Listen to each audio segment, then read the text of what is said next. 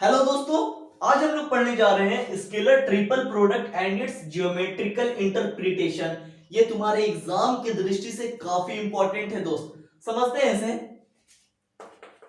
याद करिए, हम लोग स्केलर प्रोडक्ट पढ़ रहे थे तो हो क्या रहा था कि जब हम लोग दो वेक्टर को मल्टीप्लाई कर रहे थे और रिजल्ट में एक स्केलर क्वांटिटी आ रहा था तो हम लोग उसको स्केलर प्रोडक्ट कह रहे थे। ओके, लेकिन जब हम लोग दो वेक्टर को मल्टीप्लाई कर रहे थे और एक वेक्टर क्वांटिटी रिजल्ट में आ रहा था तो हम लोग उसे क्या कह रहे थे?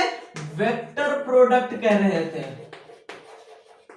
ओके, लेकिन यहां पे दोस्त मेरे सामने तीन तीन वेक्टर क्वांटिटी है और उसके बाद जो हमें रिजल्ट में आएगा वो स्केलर क्वांटिटी होगा। ऐसा कैसे हो जाएगा यार? चल इसको भी देख लेते हैं कि इसके साथ क्या प्रॉब्लम होने वाला है हमको। मेरे पास तीन तीन क्या है? Vector quantity, vector A, vector B, vector C. और इसको जब हम लोग मल्टीप्लाई करेंगे ना तो एक स्केलर क्वांटिटी आएगा। और जब हम लोग इसको मल्टीप्लाई करते हैं कैसे वो देख लेना। Vector A dot vector B cross vector C. जब हमको स्केलर ट्रिपल प्रोडक्ट निकालने बोला जाए तीन वेक्टर का तो हम लोग इस तरह से लिखेंगे, या हम लोग determinant of vector A, vector B, vector C. हाँ, तो तुम लोग को एक अभी कंफ्यूजन ही होगा कि सर आप बताए नहीं भाई कि इसका हमारा जो रिजल्ट आएगा वो स्केलर क्वांटिटी कैसे होगा। ये देखना, ये तो है मेरे पास दोस्त ऑलरेडी एक वेक्टर क्वांटिटी। ओके, जब दो क्रॉस प्रोडक्ट निकालेंगे, दो वेक्टर क्वांटिटी का क्रॉस प्रोडक्ट निकालेंगे तो रिजल्ट में क्या आता है? वेक्टर क्वांटिटी आता है। इन दोनों के बीच कैसा है? डॉट का रिश्ता है, यानी कि ये कैसा है? डॉट प्रोडक्ट निकालना। दो वेक्टर क्वांटिटी का जब हम लोग डॉट प्रोडक्ट निकालते थे तो कैसा क्वांटिटी आता था दोस्त? स्केलर क्वांटिटी आता था। ओके, स्केलर क्वांटिटी आता था। अब समझ में आ गया। अब इसी स्केलर क्वांटिटी के वजह कर इसका नाम क्या पड़ा है? Scalar triple product. क्लियर हो गया? ये तो मेरा वेक्टर क्वांटिटी था b क्रॉस c। जब दो वेक्टर क्वांटिटी को हम लोग क्रॉस प्रोडक्ट निकालेंगे तो जाहिर सी बात है क्रॉस है, यानी इसका रिजल्ट जो आएगा वो कैसा होगा? वो वेक्टर क्वांटिटी होगा। और जब दो वेक्टर क्वांटिटी का हम लोग डॉट प्रोडक्ट निकालेंगे दोस्त तो कैसा क्वांटिटी आता है? स्केलर क्वांटिटी आता है। हम लोग a dot B cross c को इस तरह से भी लिखते हैं, determinant a, determinant b, determinant c. इस तरह से हम लोग लिख सकते हैं। अब इसका हम लोग प्रॉपर डेफिनेशन जान लेते हैं। ओके, तो दोस्त ये है मेरा definition. Let vector A, vector B, vector C are three vectors then their dot product. Dot product क्यों? क्योंकि जब हम इन वेक्टर्स को मल्टीप्लाई कर रहे थे तो हमारा रिजल्ट में क्या आ रहा था? स्केलर क्वांटिटी आ रहा था, इसलिए डॉट प्रोडक्ट। अगर वेक्टर क्वांटिटी आता तो यहां डॉट की जगह हम लोग क्या लगा देते? क्रॉस लगा देते और यहां पे लिख देते cross. Okay, can be written as vector A dot bracket के अंदर vector B cross vector C, या इसको हम लोग इस तरह से भी लिख सकते हैं, determinant of vector A, vector B, vector C. यहां तक कोई दिक्कत नहीं दोस्त। अब मान लेते हैं यहां पर कि वेक्टर ए बराबर है a1i cap, a2j cap plus a3k cap, b बराबर है कि b1i cap, b2j cap, b3 cap, सी बराबर है c1i cap plus c2j cap plus c3k cap. Okay, अब देखना दोस्त, यहां पे हम लोग vector A, vector B, vector C का हम लोग निकाल रहे हैं ना, इसलिए हम इसको यहां पे निकाल रहे हैं A dot B cross C. Okay, अब देखना, जब हमको निकालने बोल दिया जाए बी डॉट और क्रॉस किसका हम निकालेंगे? सीरीज में चलना, ए सी और ए का। ओके, या फिर हम लोग इस तरह से सी को डॉट में रख देंगे और फिर क्या हो जाएगा? A cross B. तो या आप A dot B cross C निकालिए, या B dot C cross A निकालिए, या C dot A cross B निकालिए। तीनों का वैल्यू बराबर होगा।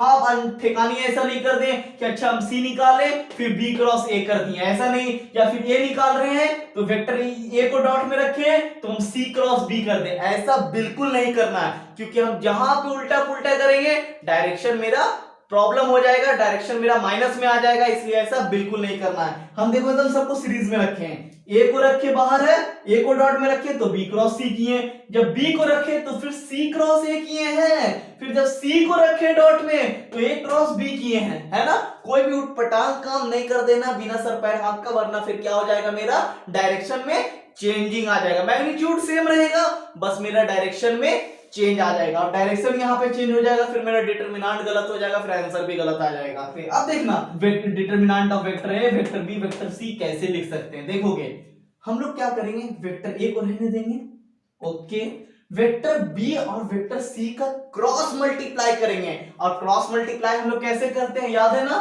आई जे के कैप। अब आई के साइड जितना है, जे के साइड जितना है और के के साइड जितना जितना है उसको लिख देंगे। चलो उसी तरह करते हैं दोस्त। हाँ तो दोस्त, हम लोग जब स्केलर ट्रिपल प्रोडक्ट निकालते हैं तीन वेक्टर का तो कुछ इस तरह से उसको लिखते हैं, वेक्टर ए डॉट ब्रैकेट के अंदर vector B cross vector C, इसी तरह लिखते हैं। तो हम लोग वेक्टर ए का वैल्यू मान लिए, वेक्टर बी का वैल्यू मान लिए, वेक्टर सी का वैल्यू मान लिए, तो उस तरह से हम लोग लिख दिए हैं दोस्त, वेक्टर ए का value dot dot vector B का वैल्यू जिस तरह माने थे अभी एकदम सेम वही लिख दिए, क्रॉस क्रॉस वेक्टर सी का वैल्यू। यहां तक कोई दिक्कत नहीं। अब देख हम लोग क्या करेंगे, वेक्टर ए को रहने देते हैं, पहले वेक्टर बी और वेक्टर सी का क्रॉस मल्टीप्लिकेशन निकालते हैं। और हम लोग को क्रॉस मल्टीप्लिकेशन निकालने आता है ना, किस तरह निकालते हैं दोस्त, हम लोग आई कैप जे कैप के कैप इस तरह से लिखते हैं, और आई के साइड जो जो है उसको लिख देंगे, जे के साइड जो जो है उसको लिख देंगे, के साइड जो जो है हम लोग उसको लिख देते हैं। तो आई के साइड मेरा क्या है, b1 लिख दिए, जे के साइड क्या है b2 लिख दिए, के साइड क्या है मेरा b3 लिख दिए। अब सी वेक्टर वाले की तरफ हम चलते हैं, तो इसके साइड क्या है आई की तरफ c1, जे के साइड क्या है c2 और के साइड क्या है c3। अब इसके बाद देखना, हम ये तो बिल्कुल अभी यहां तक तो तुमको कोई दिक्कत नहीं हुआ, बस सिर्फ वैल्यू रख दिए हैं। वेक्टर ए को अभी भी उसी तरह खाली छोड़ दिए हैं, यहां थोड़ा सा तुमको समझना है। हम लोग क्या किए, अभी इसको जो मल्टीप्लाई करेंगे वो यहां ऑलरेडी हम लिख दिए ताकि तुमको कंफ्यूजन ना हो। अब देखना यहाँ पे सबसे पहले हम क्या करेंगे, आई वाले टर्म को निकालेंगे ना, तो आई वाले टर्म को रख दिए, तो क्या हो जाएगा, पहले b2 c3 माइनस दे दिए, फिर उसके बाद क्या हो जाएगा b3 c2, आई कैप हो गया। अब देखना, अब हम लोग निकालेंगे जे कैप, तो जे कैप के साथ हम लोग जब निकालते थे पहले तो यहाँ पे माइनस सिंबल देते थे, और हम यहाँ पर दे दिए प्लस सिंबल। तो प्लस दिए यानी कि आपको लिखना भी उलट फिर कर देना होगा। देखोगे जरा सा ध्यान से, हम पहले जब लिखते यहाँ पर जे कैप को ढकेंगे तो क्या होता, पहले b1 c3 उसके बाद माइनस b3 c1, दिख रहा होना चाहिए, b1 c3 minus b3 c1। लेकिन आप पहले क्या किए हैं, b3 c1 किए हैं, तो हम पहले क्या लिख दिए, पहले हमको लिखना क्या था दोस्त, देख b1 c3, लेकिन हम पहले क्या लिख दिए b3 c1, तो यहाँ पे माइनस होना चाहिए था, लेकिन हम पहले ये वाला पार्ट लिख दिए हैं, इसलिए यहाँ पे हम क्या डाल दिए, प्लस डाले हैं, क्योंकि हमको प्लस चाहिए ही था, इसलिए हम इसको यहाँ पर प्लस डाले, वरना रियल में क्या होता माइनस और यहाँ पर b1 c3, लेकिन ऐसा नहीं चाहिए था, हमको प्लस में चाहिए था। तो प्लस में चाहिए, हम सिंबल चेंज कर दिए, तो हमको वेक्टर का भी मल्टीप्लाई दूसरा तरह से करना होगा, तो हम जे वाले को ढकेंगे, तो हम प्लस लिए हैं, तो अगर माइनस रहता तो b1 c3 करते हैं, लेकिन हम लिए क्या है, प्लस लिए हैं दोस्त, तो क्या करेंगे b3 c1 ओके, माइनस का सिंबल, उसके बाद b1 c3। ओके दोस्त, यहां तक क्लियर हो गया जे कैप के लिए। अब हम लोग करते हैं के कैप वाला, तो के कैप वाला तो ऑलरेडी प्लस वाला रहता है, इसलिए प्लस रहने दिए, अब इसको ढक दिए, तो इसके बाद क्या हो जाएगा, b1 c2 माइनस दे दिए b2 c1, B2 ये C1 है दोस्त, C1 K कैप। यहां तक कोई दिक्कत नहीं। अब आगे देखना,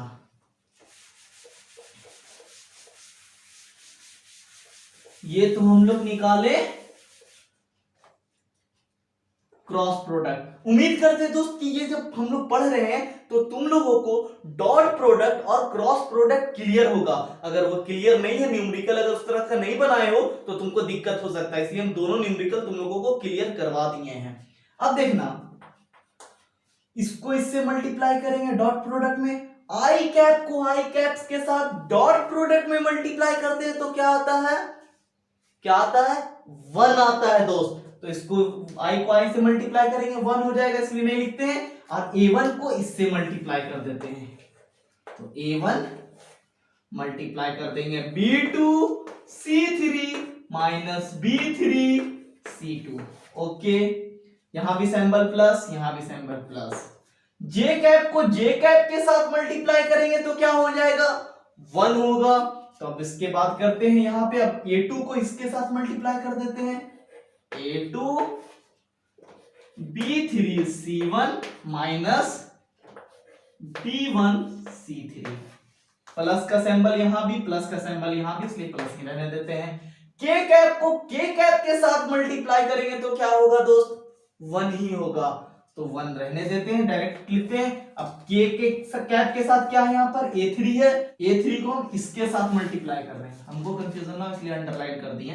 A3 यहां पे प्लस का सिंबल दे देते हैं, A3 इसके साथ मल्टीप्लाई कर दे रहे हैं, B1 C2 minus B2 C1, क्योंकि K कैप को K कैप के साथ मल्टीप्लाई किए तो 1 हो गया। यहां तक क्लियर है। अब ऊपर वाला मिटाते हैं।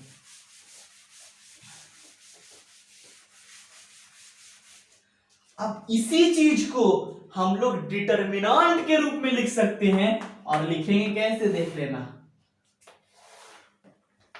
A1 A2 A3 B1 B2 B3 C1 C2 C3।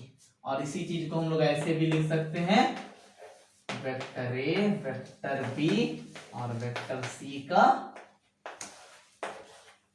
Determinant, यही ना कहते थे। लेकिन इतना ही दूर लिखना और छोड़ देना, और जब इस चीज को हम सॉल्व करेंगे तो इस रूप में हमें आ जाएगा। अगर आपके पास फुर्सत हो तो इस तरह से सॉल्व करके देख लेना। हम लोग पढ़ने जा रहे हैं तो ज्योमेट्रिकल इंटरप्रिटेशन किसका, स्केलर ट्रिपल प्रोडक्ट का। और स्केलर ट्रिपल प्रोडक्ट के डेफिनेशन से और फॉर्मूला से हम लोग जाने कि स्केलर ट्रिपल प्रोडक्ट हम लोग कैसे लिखते हैं, वेक्टर A डॉट ब्रैकेट के अंदर vector B cross vector C। Okay, अब देख ये जो हमारा फिगर है इस तरह से, ये जो बना हुआ डिब्बा, ये पैरेललोपाइप्ड है। पैरेललोपाइप्ड पहली बार सुना ना, देखो पैरेललोपाइप्ड कहते किसको है, वैसे आकृति जिसका हर एक फेस कैसा हो, समांतर चतुर्भुज हो या पैरेललोग्राम हो। हर एक फेस कैसा होना चाहिए, पैरेललोग्राम होगा, उसको हम लोग क्या कहेंगे, पैरेललोपाइप्ड कहते हैं। देख इस साइड भी पैरेललोग्राम, पीछे साइड भी पैरेललोग्राम, इधर भी पैरेललोग्राम, इधर भी पैरेललोग्राम, ऊपर भी पैरेललोग्राम, नीचे भी पैरेललोग्राम। क्लियर है यहां तक। तो अब हम इस चीज को समझते हैं, ये है मेरा वेक्टर B, ये है मेरा वेक्टर C, वेक्टर A। हम लोग 3 वेक्टर मान के चल रहे थे शुरू से, वही चीज करेंगे। Let vector A, vector B and vector C be the 3 vectors as shown in figure, जैसा चित्र में आकृति में हम लोग दर्शा चुके हैं। अब आगे देखते हैं क्या लिखे हम, drawn from the origin O। ये तीनों वेक्टर जो है दोस्त वो कहां से शुरू हुआ है, A भी O से शुरू हुआ है, C भी O से शुरू हुआ है, B भी कहां से शुरू हुआ है, ओरिजिन O से शुरू हुआ है। यहां तक क्लियर।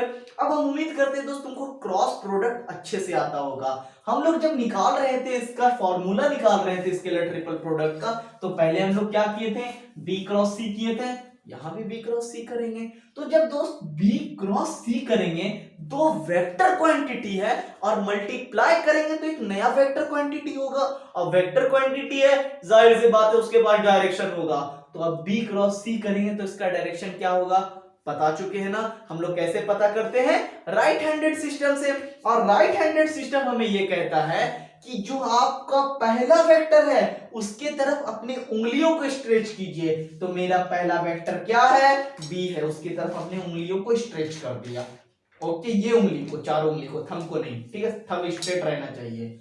उसके बाद क्या कीजिए कि जो दूसरा वेक्टर है उसकी तरफ अपनी उंगलियों को मोड़ दीजिए। तो वेक्टर सी कहां है, प्लेन के अंदर, तो प्लेन के अंदर मोड़ दिए, यूं मोड़ दिए। तो जो ये मेरा थंब होगा वो हमको डायरेक्शन बता देगा जो मेरा नया वेक्टर आएगा। तो डायरेक्शन किधर की ओर हो रहा, ऊपर की ओर। तो जो दोस्त मेरा यहाँ पे जो नया वेक्टर आएगा उसका डायरेक्शन होगा, ईटा से हम लोग दर्शाते थे, वो होगा इसी ओर। क्लियर है? अब यहां देखना, eta is a unit vector along OH, किधर की ओर है, OH की ओर है, which is in the direction perpendicular to the plane containing B cross C, जो कहां पर है, प्लेन, ये प्लेन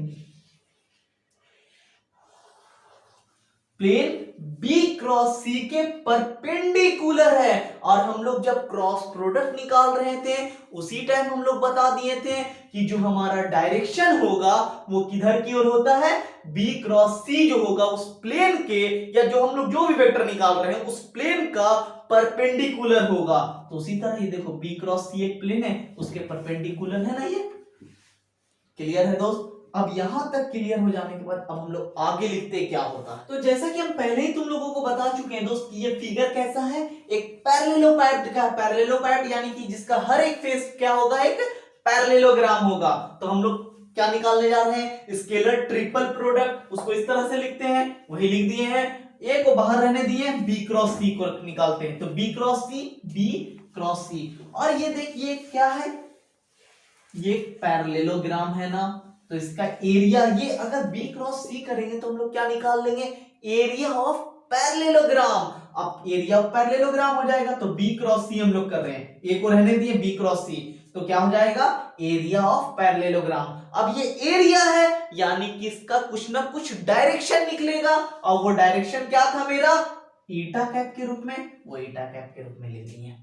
यहां तक क्लियर दोस्त? अब देखोगे कि ये जब पैरेललोपाइड है यानी कि ये भी पैरेललोग्राम, ये भी पैरेललोग्राम, तो ये जो है OPQR और EFGH के बीच का दूरी भी पैरेलल होगा ना। ऐसा नहीं कि ये आगे जाके दब जाएगा, ये आगे जाके ऐसे दब जाएगा, ऐसा नहीं होगा। हर एक साइड जब पैरेललोग्राम है तो यहाँ पे OPQR EFGH ये क्या होगा, एक दूसरे के पैरेलल होगा, और इनके बीच का डिस्टेंस क्या होगा, इनके बीच का डिस्टेंस OH होगा, और OH क्या है, वेक्टर A है। यहां तक क्लियर? हाँ, तो अब देखना, हम लोग वेक्टर A को क्या किए हैं, लिख दिए हैं perpendicular distance between the parallel faces OPQR and EFGH। अब देख, ये जो है पैरेलल है, ये फेस जो है EFGH और OPQR एक दूसरे के पैरेलल है, और इनके बीच का डिस्टेंस A वेक्टर है।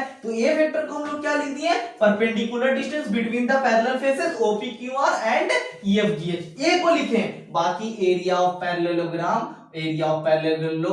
OPQR यहाँ पे ईटा कैप।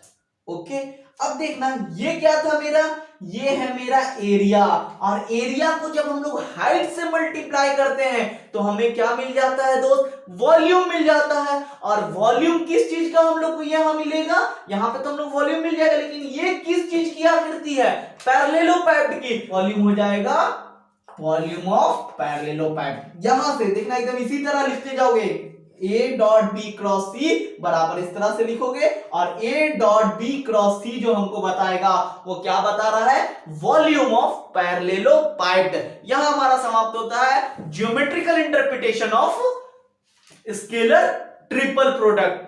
शुक्रिया।